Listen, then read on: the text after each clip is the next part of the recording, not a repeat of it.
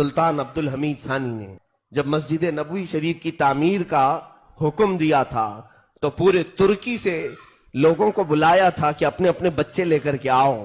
جو بھی بچے پیدا ہوئے 1 دن کے 2 دن کے وہ سب لے کر کے لوگ حاضر ہوئے. 500 بچے جمع ہوئے.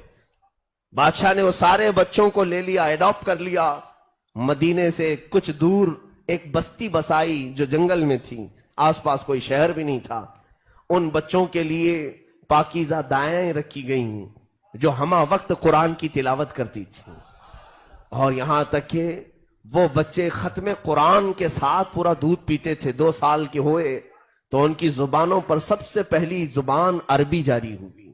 ان کی ماں کی کوئی زبان ہی نہیں تھی, یعنی مدر ٹنگ تھی نہیں. جو انہوں نے دایا سے سنا وہی بولنے لگ گئے, قرآن ہی بولنے لگ گئے. اور جب بچے وہ 5 سال سے 7 سال کی عمر میں ہوئے تو سارے لوگوں کو حافظ قرآن بنایا گیا اور پھر انہیں عالم بھی بنایا گیا. ہر ایک بچے کو ہنر سکھایا گیا. کوئی معمار بنا, کوئی الیکٹریشن. ان 500 لوگوں کی تربیت میں تقریباً 25 سال گزر گئے. جب وہ جوان 25 سال کے ہوئے تو ان کو لا کر کے مسجد نبوی بنائی گئی تھی. اور ان نوجوانوں نے جو مسجد نبوی بنائی, اپنے ہاتھوں سے جو اینٹیں رکھی ہیں, 300 سال کا عرصہ گزرنے کو آ گیا. ابھی 1960 اور 1970 کی دہائی میں دوبارہ مسجد نبوی کا کنسٹرکشن ہوا ہے. سعودی بادشاہ کے زمانے میں یہ جو ابھی آل چل رہی ہے, انہی میں کا ایک بادشاہ تھا جس نے توسیع کی اور بڑھایا ہے مسجد نبوی کو, بہت بنایا.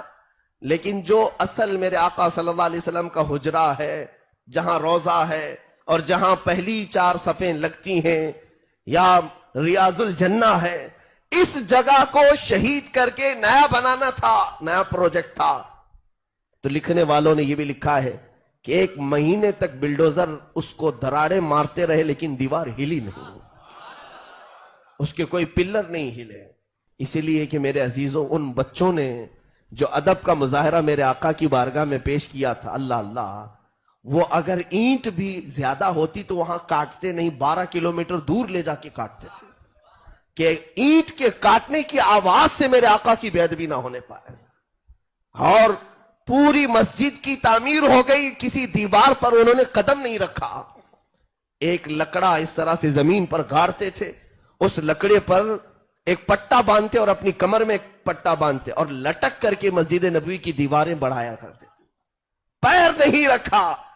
اور اس کام کی برکت یہ ہے کہ آج تک وہ دیواریں ویسی کی ویسی ہیں, میرے آقا نے اسے ویسی قبول کیا ہے. ساری چیزیں نہیں ہو گئیں لیکن مسجد نبوی کا وہ حصہ آج بھی وہی ہے جو ترکیوں نے بنایا تھا. حضور کا حجرہ وہی ہے, میرے آقا کی جالیاں وہی ہیں, جالیوں کا ایک لوہا بھی بدلا نہیں. آج تک وہاں لکھی ہوئی عبارتیں بھی وہی ہیں. اس لیے کہ یہ چیز ہوتی ہے میرے عزیزوں, جب بچے کی صحیح معنوں میں تربیت ہوتی ہے اور وہ جوان اپنی تربیت کے انداز میں آ کر کوئی کام کرتا ہے تو مولا اس کام کو سدا قائم رکھ لیتا ہے.